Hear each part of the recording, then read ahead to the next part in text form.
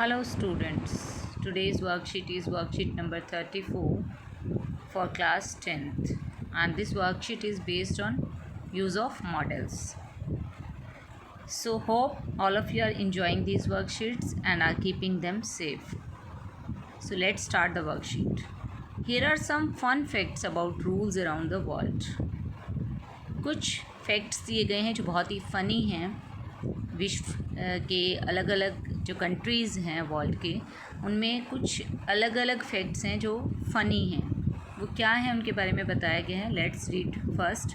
Do you know that it is illegal to drive a dirty car in Russia? क्या आप जानते हैं कि रशिया के अंदर अगर कोई गाड़ी गंदी है तो उसे चलाना गैर कानूनी है। तो रशिया के अंदर इट्स सो फनी भी है कि अगर गाड़ी पर धूल मिट्टी है, गंदगी है, तो उसे चलाना जो है गैर कानूनी है। नेक्स्ट फैक्ट दिया गया है इन्होंने, in Oshawa Ontario it is against the law to climb a tree. Oshawa Ontario के अंदर पेड़ पे चढ़ना जो है गैर कानूनी है। आप पेड़ पर नहीं चढ़ सकते हैं। आप पिक्चर में भी देख सकते हैं, क्रॉस लगाया है कि पेड़ पर चढ़ना गैर कानूनी है। डोंट फ्राउन देख रहे हैं आप, डोंट फ्राउन का पिक्चर देख रहे हैं, समझ गए होंगे फ्राउन का क्या मतलब होता है। माथे पर बल पड़ना, त्योरियाँ चढ़ाना, गुस्से में होना। In Milan Italy it is illegal for citizens to frown in public unless they are at a funeral और visiting someone in the hospital. Milan के अंदर, इटली में मिलान के अंदर वहाँ के नागरिकों के लिए पब्लिक प्लेस पर, कहीं भी वो पब्लिक प्लेस पर हैं तो वो फ्राउन नहीं कर सकते। वो जो है गुस्से वाला चेहरा नहीं बना सकते अपना, त्योरियाँ नहीं चढ़ा सकते, माथे पर बल नहीं डाल सकते। ये तभी कर सकते हैं अगर वो या किसी फ्यूनरल में है। फ्यूनरल मतलब अंतिम संस्कार के अंदर गए हैं, किसी डेथ प्रोसेशन के अंदर हैं, या फिर किसी को हॉस्पिटल में मिलने के लिए गए हैं। तो इस तरीके से उसी टाइम वो फ्राउन कर सकते हैं, नहीं तो वो फ्राउन नहीं कर सकते। तो ये फैक्ट्स हैं वहाँ पर कुछ, लेकिन कुछ थोड़े फ़नी भी हैं, आप देख रहे हैं। It is illegal to chewing gum in Singapore. आप सिंगापुर के अंदर च्युइंगम जो है नहीं च्यू कर सकते, गम च्यू नहीं कर सकते, तो ये भी गैर कानूनी है। And it is illegal to feed pigeons in Venice. Venice के अंदर आप कबूतरों को दाना नहीं खिला सकते, तो ये भी गैर कानूनी है। तो ये चीज़ें आप नहीं कर सकते हैं। ये चीज़ें, ये एग्जाम्पल हमें क्यों दिए जा रहे हैं कि जो चीज़ें हैं जहाँ पर हम कंपल्शन हो जाता है कि हमें ये चीज़ करनी है या ये चीज़ नहीं करनी है, तो वहाँ पर हमें मस्ट मॉडल का यूज़ करना होता है कि वी मस्ट डू दिस, कि हमें ये करना ही है। तो हम कंपेल हो जाते हैं वहाँ पर उस चीज़ को करने के लिए। और we must not do this मतलब हमें ये नहीं करना है। ठीक है, तो इस तरीके से हम मस्ट और मस्ट नॉट का यूज़ करते हैं। तो आगे आप देखेंगे यूज़ ऑफ मॉडल मस्ट दिखाया गया है। We use the model must when it becomes your duty to do something you are obliged to do it, you are not allowed to do it as it is against the rules और is forbidden.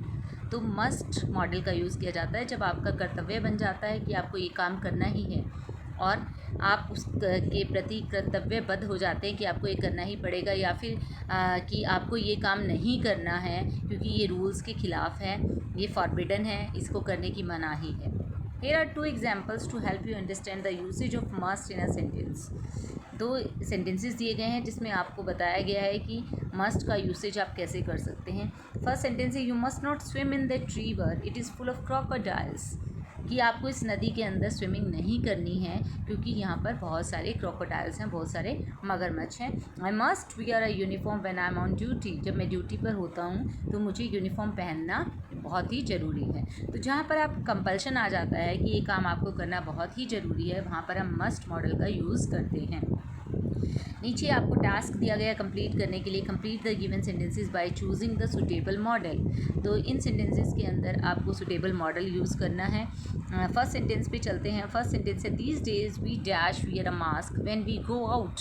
इन दिनों हमें mask पहनना चाहिए जब हम बाहर जाते हैं। तो एक कंपल्शन है हमारे लिए, तो इसमें शुड रहेगा या मस्ट रहेगा वो आपको बताना है। So the right answer is must. A shield dash be worn if you need to come in contact with a corona patient. अगर आप किसी कोरोना पेशेंट के कॉन्टेक्ट में आते हैं तो आपके लिए शील्ड वियर करना, जो फेस शील्ड्स आती हैं वो वियर करना ज़रूरी है। तो अगेन आपका कंपल्शन है, तो you can use must here. You dash wear a shield if you go to the market. You have to wear a shield if you go to the market, or you can wear a shield if you go to the market. अब अगर आप market जा रहे हैं तो अगर corona period है तो उसमें मार्केट जा रहे हैं तो you have to wear a shield if you go to the market, कि आपको हैव टू लगाना है। वहाँ हैव टू भी कंपल्शन के सेंस में यूज़ होता है, क्योंकि it is necessary for your safety. As much as possible we dash stay at home, we must stay at home, कि जहाँ तक पॉसिबल रहे हमें घर पर ही रहना चाहिए। A sanitizer dash be use after you touch any object use by others. Again compulsion की बात हो रही है कि sanitizer must be used after you touch any object use by others. अगर आप कोई भी ऑब्जेक्ट यूज़ कर रहे हैं दूसरों से, मतलब टच कर रहे हैं किसी ऑब्जेक्ट को और उसके बाद जो दूसरों ने टच किया, तो आपको सैनिटाइज़र यूज़ करना मस्ट है। To be safe carrying your own bottle is a dash. अगर सेफ़ रहने के लिए तो आपको अपना खुद का वाटर बॉटल जो है कैरी करना चाहिए। It is must, you can again use must here. And people living in containment areas dash minimize public contact, again must. Washing hands regularly must be ensured. You must try to develop a sign language to avoid speaking all the time. You try to develop a sign language to avoid speaking all the time, तो आप can भी use कर सकते हैं, but यहाँ पर क्योंकि corona period चल रहा है तो you must try to develop a sign language, कि जहाँ तक हो सके आप साइन लैंग्वेज में ही बात करें। अवॉइड स्पीकिंग, बोलने की बजाय आप साइन लैंग्वेज जो है यूज़ कर सकते हैं। Again you can use must here. And all of us dash eat healthy food to boost out our immunity.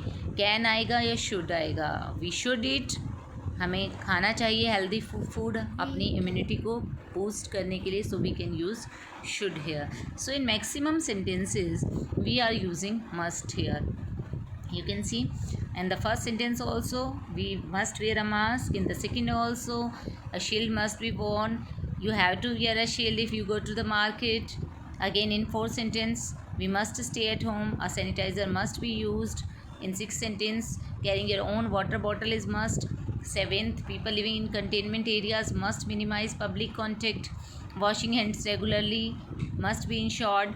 You must try to develop a sign language. And in 10th sentence all of us should eat healthy food to boost our immunity.